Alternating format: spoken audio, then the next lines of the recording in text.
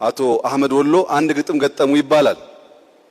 ቀኙ የሰራውን ግራ ያፈረሰው ሁሉም ጦማዳሪ ሆነ ያገሬ ሰው አልቅሶ ከመኖር እድሜ ዘመኑን አይቆነጥጥም ወይ ቀኙ ግራውን አሉት ይባላል።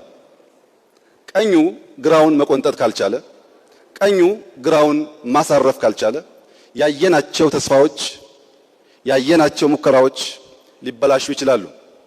ጊዜ አይለፍብን፣ ዘመን አይለፍብን። እድል ስናገኝ እንጠቀምበት፣ እድል ስናገኝ ልማት እንስራበት።